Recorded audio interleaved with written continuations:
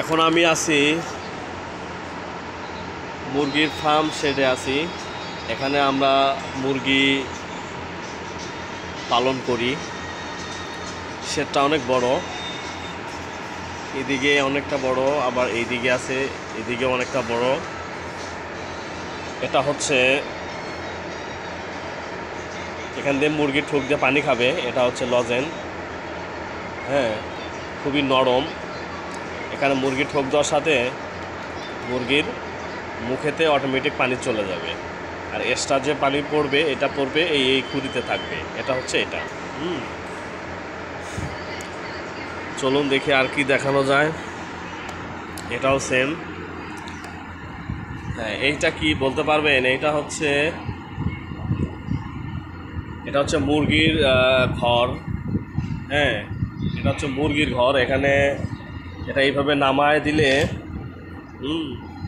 এখান থেকে মুরগি উঠবে, এখান থেকে মুরগি উঠে এখানে বসবে, এখানে বসলে নিচে একটা স্ল্যাট পাড়া থাকবে, এখানে ডিম দিবে মুরগি। এখানে ডিম দিলে এই ডিমটা এই পর্দার আড়ালে চলে যাবে। এই যে এটা হচ্ছে পর্দা, এই পর্দার আড়ালে চলে যাবে, গেলে মুরগি ডিম আর দেখতে পারবে না।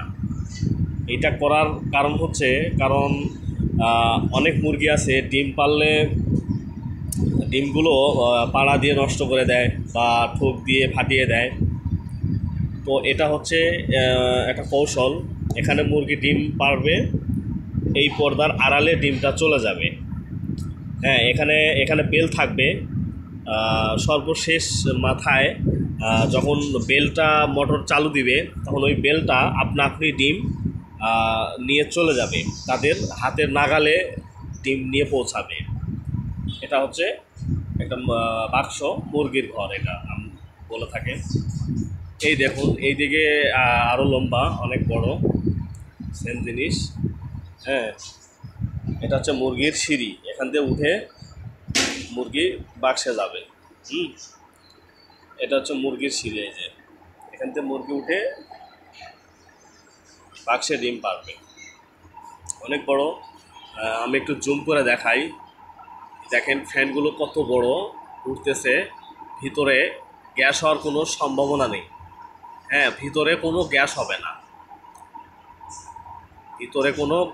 না, ঠিক আছে। এখানে যারা কাজ করবে তারা কখনো গন্ধ পাবে না। হ্যাঁ, গন্ধমুক্ত, এখানে কোনো গন্ধ আসবে না।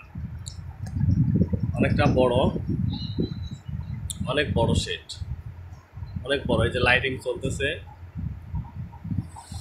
তো আমার এই চ্যানেলটা সবাই একটু সাবস্ক্রাইব করে দিবেন।